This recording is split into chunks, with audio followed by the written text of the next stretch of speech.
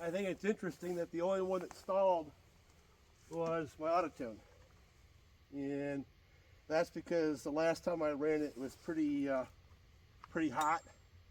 So it has to go through its retuning process, where all those are straight carburetors.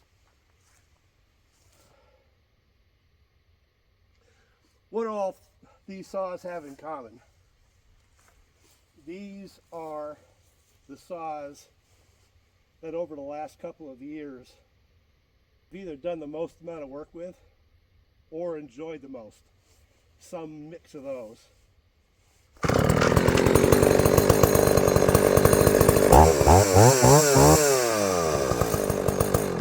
It's got compression, so you really have to get a hold of it and give it a good yank.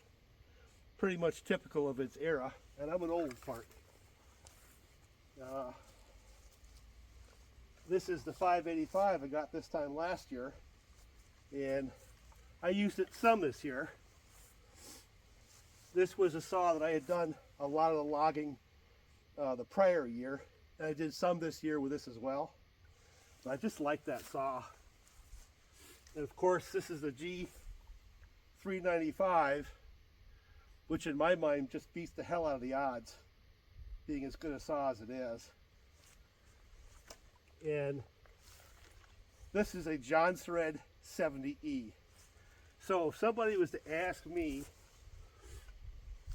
what are my favorite saws to run, well, that's them right there.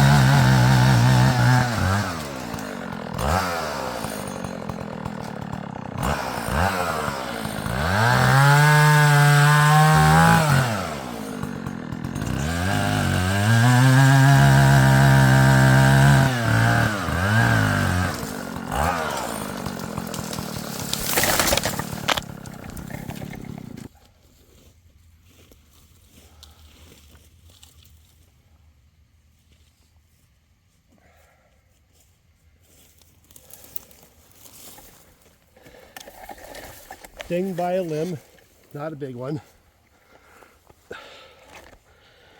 Whew. I needed this. Let me just knock those limbs off and then I'll move on to the next.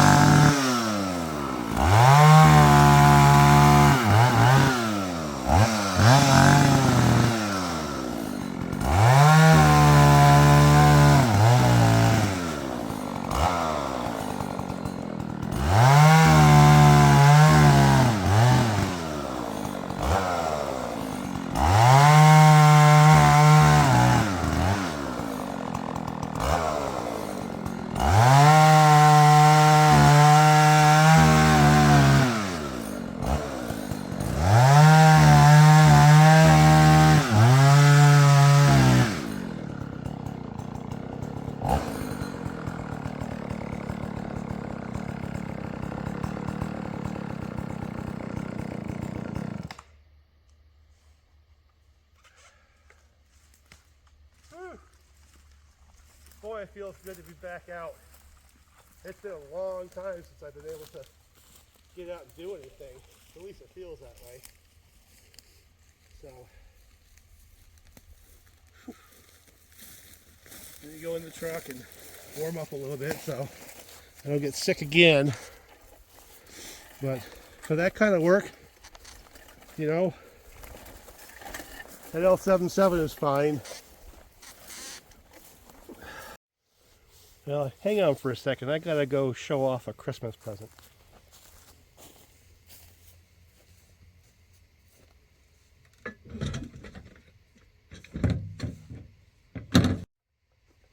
This is a Holzfforma PV, effectively.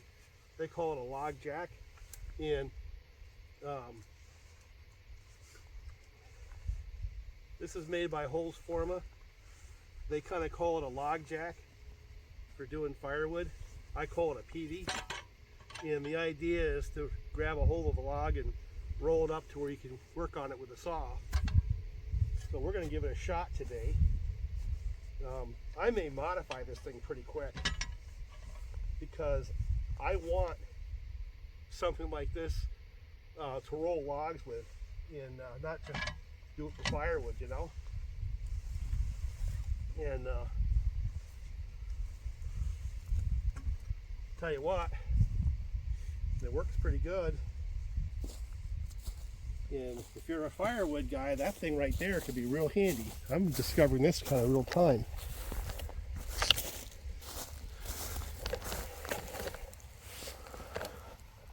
Huh, I like that thing.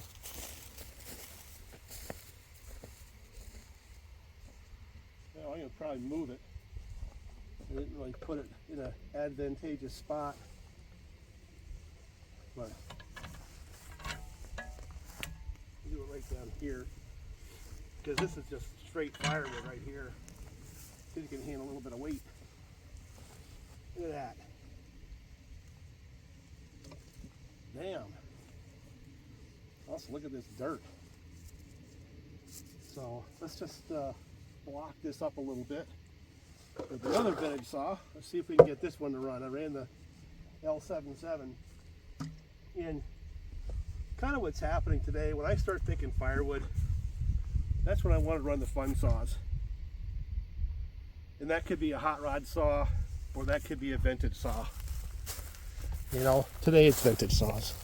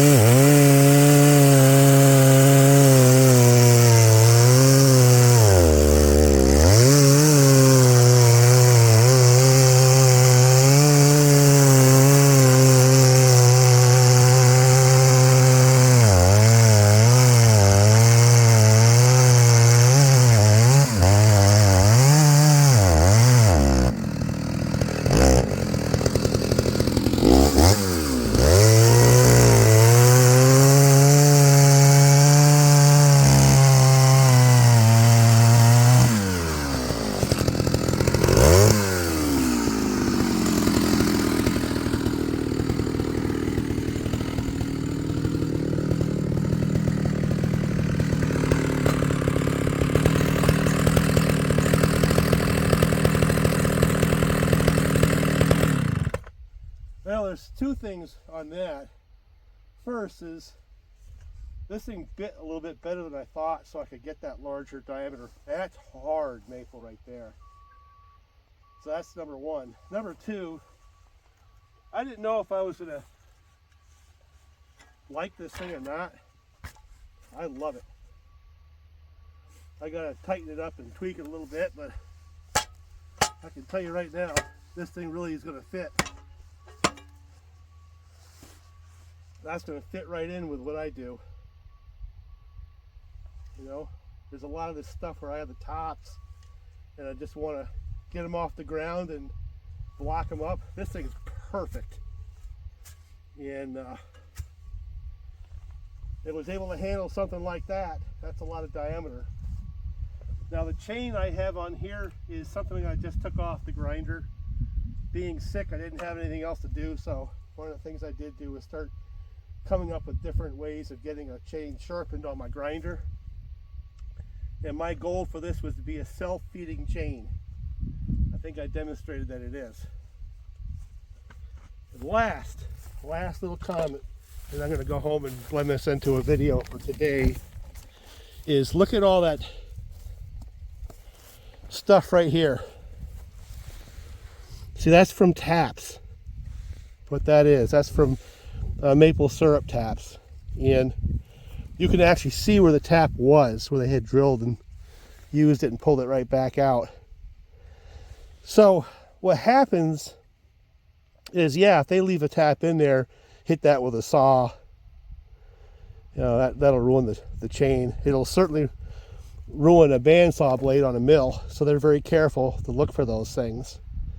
And usually what I find in tapped wood for metal is not the taps themselves, but nails, where they hung a bucket or they hung a sign or something, you know.